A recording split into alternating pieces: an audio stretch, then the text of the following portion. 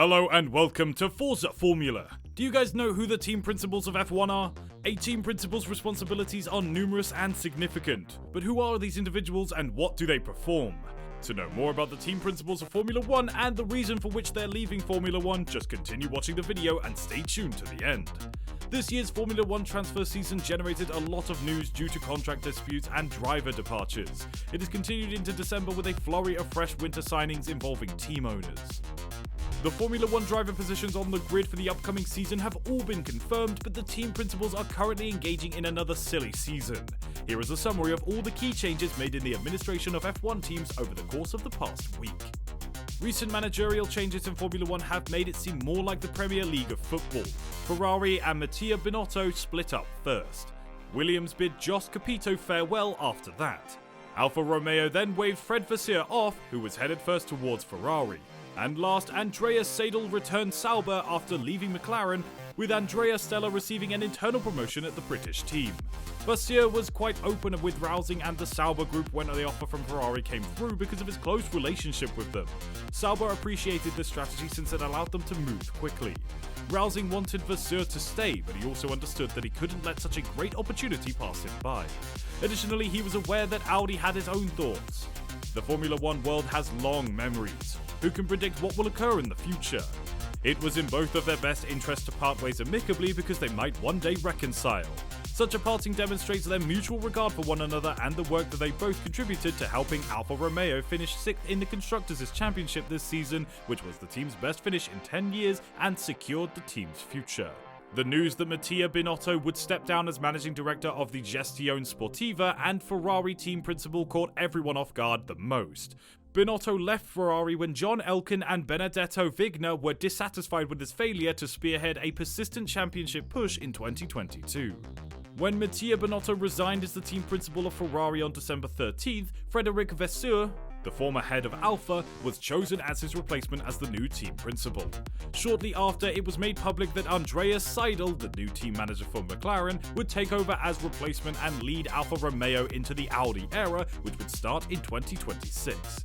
Frédéric Vasseur, who announced his departure from Alfa Romeo after 6 seasons as team principal and CEO, will take his position. On January 9th of 2023, Vasseur will start working as team principal and general manager. Since he began his F1 career with Red Bull in 2005, Ferrari has had 6 team principals, as noted by Christian Horner. At the same time, McLaren released a statement announcing that Andrea Stella, the company's executive director of racing, will advance to the position of team principal. Due to the Grove team's announcement of Jost Capito the day before, Williams also has an opening.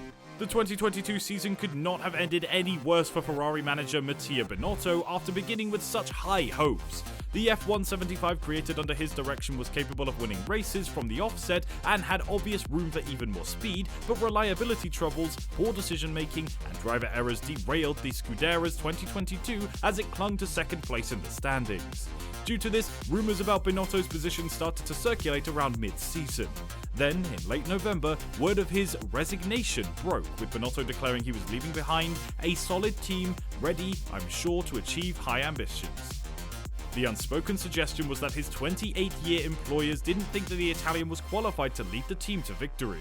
Former Alfa Romeo CEO Frédéric Vasseur has taken the helm at Hinwil, where he has handled some of the issues that Binotto left unattended at Ferrari.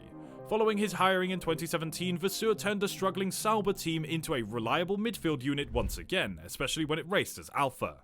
Vasseur seemed to enjoy himself at the Swiss team, much like Binotto did at Ferrari, and it's obvious that Scuderia is envious of the organisational effectiveness that he has installed there. Alfa experienced various technical issues this year, much like Ferrari, however some of them have caused by its Ferrari engine. Benedetto Vigna, CEO of Ferrari, remarked sharply of Vasseur. Throughout his career, he has successfully coupled his technical strengths as a qualified engineer with a constant capacity to enhance the best in his drivers and teams. We require this strategy and his leadership if we were to move Ferrari forward with newfound vigour.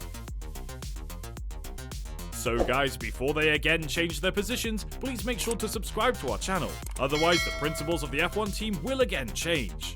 Andrea Seidl entered McLaren in 2019 as part of the team's long-term plan to reclaim the lead, but he has since left for his previous company, the VW Group. In his debut season, the German oversaw a 4th place Constructors' race, and in 2020, the team defeated Ferrari and Renault to finish brilliantly 3rd. He has been instrumental in the resurgence of Zak Brown's team. After that, at Monza the following year, Daniel Ricciardo gave McLaren its first victory in 9 years. Lando Norris, the team's driver, was the only driver outside of the Big Three of Red Bull, Ferrari and Mercedes to finish on the podium in 2022, despite the team's small slide to 5th this past season. Seidl formerly oversaw Porsche's LMP1 WEC team, and he has now reportedly been persuaded to return to oversee sister brand Audi's future F1 operation, which will be formally designated as a work squad starting in 2026. Woking promptly announced Andrea Stella as Seidl's replacement. The Italian, who worked as a race engineer at Ferrari for Michael Schumacher and Kimi Raikkonen before joining McLaren in 2015, has been the organization's executive director of racing since 2019. His transition into the position serves as an excellent illustration of the team's strength in depth, according to Zak Brown. Seidl's departure has decreased that depth. When Brown joined the team, he cited Seidl as one of the most important hires he had made. He did include Stella in the exclusive circle, though. In January, Brown said on Motorsport's My Big Break podcast, "I would say that the reason why we are having success today is getting the right people in place. Andrea Seidl, the team principal, James Key, the technical director, Andrea Stella, the racing director, and Piers Tyne, the operations director, have done an awesome job, and that's just on the racing side." Hinwil placed 6th in 2022, which was its best builders' finish in 10 years. This accomplishment was made possible in large part by the sound operational procedures and upbeat work environment that the team leader Frédéric Vasseur fostered. After the team struggled for several seasons, the Frenchman joined Sauber in 2017. The Swiss team was able to respond by improving their relationship with Ferrari, particularly through an engine rearrangement. The way the team reacted when he left was a sign of how highly regarded he is. The report claimed that progress on and off the track was followed by a growing sense of confidence in Hinwil. Confidence that this team could once again be at the pointy end of the grid. Confidence that things would get better season after season. Confidence that the great talent would once again thrive, it stated. All of this was a result of Fred's sense of self-assurance, which was based on his belief in the project that was introduced to him in 2017, a project in which he was among the first to start and to have faith. To build on improvements, Vasseur started and got the squad ready for Audi's collaboration with the team starting in 2026. Andrea Seidl, a former Porsche LMP1 team principal, is well acquainted with the VW group as he has now taken over. He will only assume half of Vasseur's former responsibilities as CEO.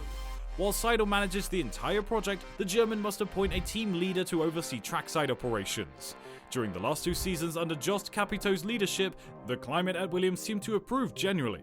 The Germans took over in 2021 and the results improved. It ended 7th in the Constructors' rankings with a 23-point improvement, helped by George Russell's podium position at the rain-shortened Belgian GP. Williams has slid into the bottom of the grid after a failed attempt with a 2022 chassis.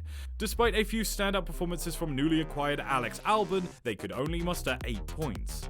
Ross Brawn successfully transitioned from serving as Ferrari's technical director to managing his own team, winning the 2009 F1 World and Constructors' Championships, and finally leading the Mercedes squad. However, Binotto's ascent to the top position at Ferrari, which is undoubtedly the most stressful in all of sports, has shown us how difficult it can be. If Stella receives the support she needs, which Brown has a history of providing, McLaren ought to be in excellent position to continue their upward trend. Although the 2023 Formula 1 season has not yet begun, there is already a lot of excitement among fans all across the world. Instead of the changes in the drivers' lineup, the team principal is the most crucial element. So what do you guys think about this change of principles? Do mention your valuable thoughts in the comment section below, and if you liked our video then please give it a big thumbs up and also subscribe to our channel for more similar content. Thank you for joining us, and we'll see you in the next video.